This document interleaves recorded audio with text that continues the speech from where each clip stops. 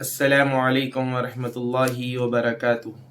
الحمد للہ رب العالمین والعاقبۃ للمتقین والصلاة والسلام علی سید الانبیاء والمرسلین وعلی آلہ الطیبین الطاہرین واصحابہ الاکرمین اجمعین، اما بعد۔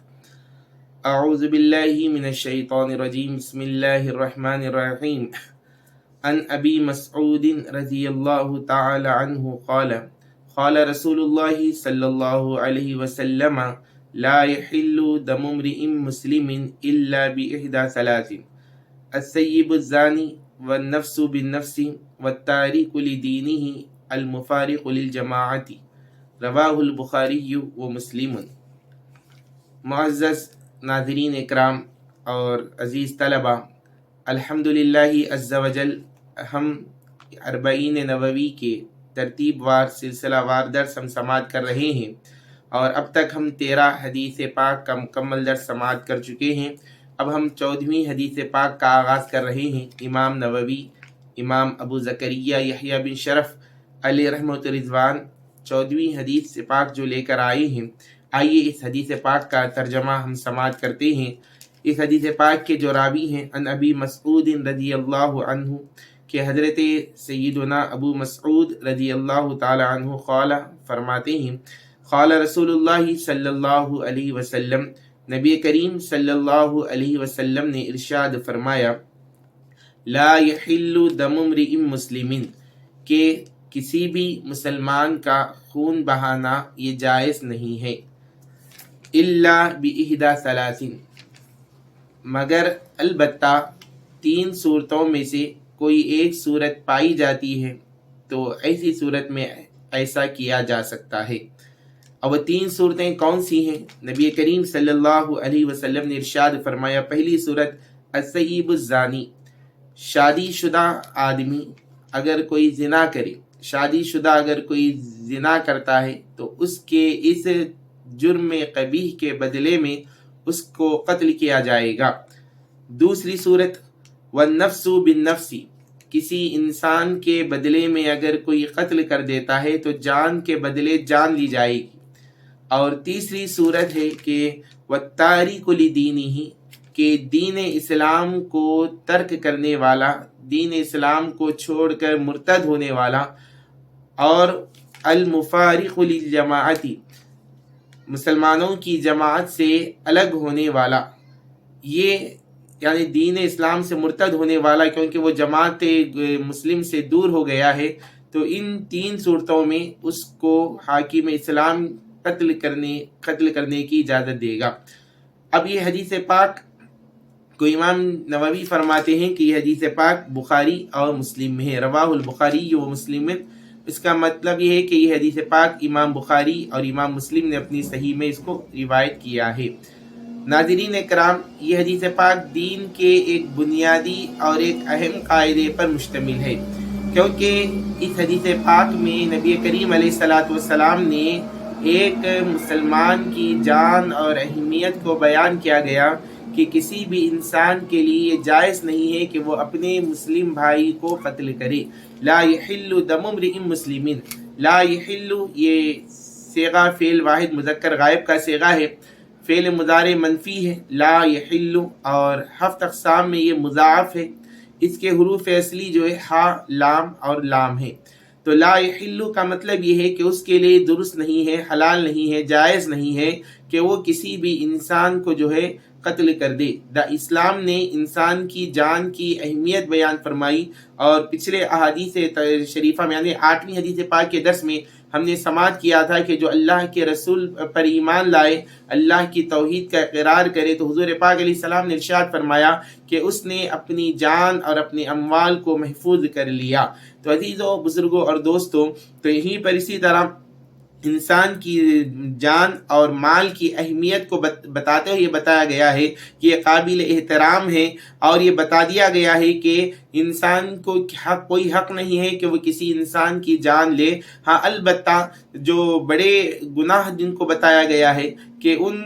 جرائم اور ان گناہوں کی وجہ سے اس گناہ کے جو مرتکب ہوں گے تو اس مرتکب ہونے کی سزا میں ان کو قتل کیا جائے گا۔ اب وہ 3 صورتیں کون سی ہیں؟ پہلی صورت نبی کریم علیہ السلام نے ارشاد فرمایا السیب الزانی، شادی شدہ زانی، یعنی دنیا کے ہر مذہب اور قانون نے ہر مرد و عورت کے ناجائز تعلق کو ممنوع قرار دیا ہے۔ آپ دنیا میں کہیں دیکھ لیں تو یہ کسی ایک انسان دوسرے کسی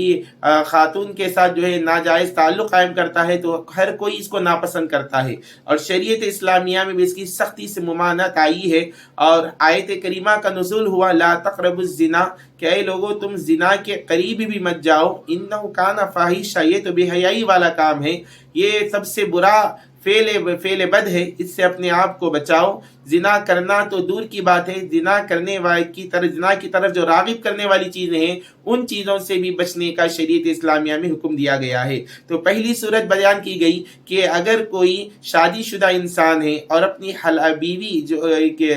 حلال بیوی کو چھوڑ کر کسی دوسری طرف جو غلط قدم اٹھاتا ہے اور زنا کا مرتکب ہوتا ہے، تو اس گناہ کی نتیجے میں جو معاشرے میں جو ہے بے حیائی کا رواج ہوگا، تو شریعت اسلامیہ نے اس کو جڑ سے ہی ختم کر دیا اور بتایا گیا کہ اس کی سخت سزا یہ ہے کہ اس کو رجم کیا جائے گا۔ اور اگر یہی عمل غیر شادی شدہ ہے، بیچلر اگر کوئی یہ گناہ کرتا ہے تو اس کے لیے حکم دیا گیا کہ الزانیۃ والزانی فجلدوا کل واحد منہما 100 جلدۃ، کہ زانیہ خاتون اور زانی مرد ان دونوں کو اس زنا کے بدلے میں 100 کوڑے لگائے جائیں گے۔ تو غیر شادی شدہ ہے تو اسے کوڑے مارنے کا حکم ہے، اور اگر وہ شادی شدہ ہے تو اسے جو ہے رجم کرنے کا حکم ہے۔ رجم کرنے کا مطلب یہ ہے کہ اسے درمیان میں ٹھہرا کر کے جو ہے ہاتھوں میں پتھر یا لے کر اسے اتنا مارا جائے گا کہ اس کی موت واقع ہو جائے۔ تو شریعت اسلامیہ میں شادی شدہ زانی کی جو سزا مقرر کی ہے وہ رجم، یعنی حاکم اسلام کو یہ اختیار ہے کہ وہ سزائے موت کی اسے اجازت دے سکتا ہے۔ دوسری صورت جو نبی کریم علیہ السلام نے ارشاد فرمائی وہ ہے والنفس بالنفس، جان کے بدلے جان لی جائے گی۔ اگر کوئی انسان کسی انسان پر جو ہے کسی کی جان لے لیتا ہے، کسی کا قتل کر دیتا ہے، تو یہ بھی سب سے بڑا گناہ ہے۔ تو شریعت اسلامیہ میں ایک اصول بیان کیا گیا کہ جان کا بدلہ جان ہے۔ ہاں البتہ شادی شدہ زانی کی سزا جو موت مقرر کی گئی ہے، اور قتل اگر کوئی کرتا ہے تو قاتل کو جو ہے ایک اجازت یہ دی جاتی ہے۔ یعنی زنا اور قتل کی سزا میں فرق یہ ہے کہ زنا کے مرتکب، زنا کرنے والے شخص کو معاف نہیں کیا جا سکتا، ہاں البتہ قاتل کو معاف کرنے کی گنجائش ہے کہ مقتول کے ورثہ اگر چاہیں تو قاتل کو اس کے قتل کی وجہ سے اس مقتول کے ورثہ چاہیں تو معاف کر سکتے ہیں۔ اور قرآن پاک میں اللہ تعالیٰ کا واضح ارشاد پاک موجود ہے وَلَكُمْ فِي الْقِصَاصِ حَيَاتٌ يَا أُولِي الْأَلْبَابِ، اور تمہارے لیے قصاص میں زندگی ہے، تمہارے لیے قصاص میں زندگی ہے، حیات ہے۔ تو میرے بزرگوں اور دوستوں، آپ غور کریں، شریعت اسلامیہ کا قانون یہ بابرکت قانون ہے کہ اب مقتول کے ورثہ کو یہ اختیار ہے کہ اگر وہ قاتل سے قتل کے بدلے میں یا تو دیت لے لیں یا دیت نہیں لے سکتے، آپ دیت کے بدلے بغیر بھی جو ہے آپ مکمل طور پر معاف کر سکتے ہیں، اور معاف کر اس کے جان کو امان دے سکتے ہیں، یا پھر آپ کو اختیار ہے کہ کیونکہ قتل ہوا ہے تو قتل کے بدلے میں قاتل کو قتل کرا سکتے ہیں۔ یہ شریعت اسلامیہ نے اجازت دی ہے۔ تو میرے بزرگ اور دوستوں، انسان کی جان کی بڑی اہمیت ہے جو شریعت اسلامیہ نے ہمیں بیان کی ہے۔ پھر اس کے بعد تیسری صورت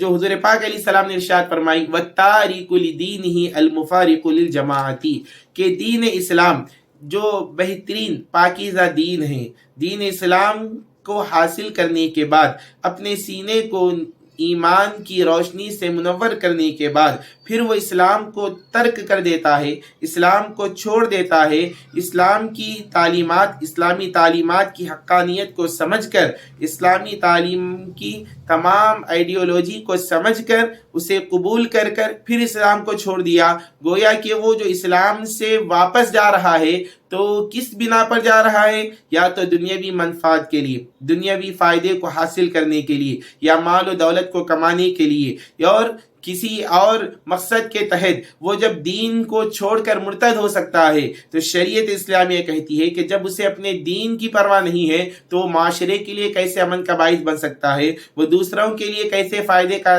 باعث بن سکتا ہے، اس کے ذریعے کیا خیر کی طلب کی توقع کی جا سکتی ہے۔ اس وجہ سے بتایا گیا کہ اگر کوئی اپنے دین اسلام سے مرتد ہو جاتا ہے تو حاکم اسلام کو اختیار ہے، یہ کسی اور کو نہیں بلکہ جہاں اسلامی حکومت ہے حاکم اسلام کو یہ اختیار ہے کہ وہ اپنی بھلائی کی پرواہ، جب اس نے اپنی بھلائی کی پرواہ نہیں کی تو وہ دوسروں کی بھلائی کی پرواہ کیا کر سکتا ہے۔ تو لہٰذا حاکم اسلام اگر چاہے تو اس کے اوپر سزا اسے مقرر سزا دے سکتا ہے، ورنہ کسی صورت میں کسی اور کو یہ اختیار نہیں ہے۔ تو میرے بزرگ اور دوستو، ان تمام یہ حدیث پاک ہمیں یہ بتا رہی ہے کہ انسان کا، مسلمان کا خون جو ہے کتنا اہمیت والا ہے، اس کو ضائع نہیں کرنا چاہیے اور نہ کسی دوسرے کا انسان کا قتل کرنا چاہیے۔ کہ اور بتایا گیا قرآن پاک میں کہ اگر کوئی انسان کسی انسان کو قتل کرتا ہے تو گویا کہ وہ ساری انسانیت کو قتل کرنے کے برابر ہے۔ وَمَنْ أَحْيَاهُ فَكَأَنَّمَا أَحْيَا النَّاسَ جَمِيعًا، اور اگر کوئی کسی ایک کی جان کی حفاظت کرتا ہے تو اس نے گویا کہ ساری انسانیت کی حفاظت کی۔ تو اتنی بڑی خوشخبریاں دی گئی ہیں اور قرآن پاک میں بتایا گیا وَمَنْ قَتَلَ مُؤْمِنًا مُتَعَمِّدًا فَجَزَاؤُهُ جَهَنَّمُ خَالِدًا فِيهَا وَغَضِبَ اللَّهُ عَلَيْهِ، جو کوئی کسی مومن کا جان بوجھ کر بالفعل ارادے کے ساتھ جو ہے قتل کرتا ہے تو اس کے لیے بتایا گیا کہ اس کا ایک کا قتل کرنے کی بنا پر اسے ہمیشہ ہمیشہ جہنم میں رہنا پڑے گا، اور اللہ کا غضب، اللہ کی لعنت اس پر ہوگی اور وہ ہمیشہ کے لیے جو ہے دائمی سزا کا وہ مستحق ہو جائے گا۔ وما علینا الا البلاغ والحمد للہ رب العالمین۔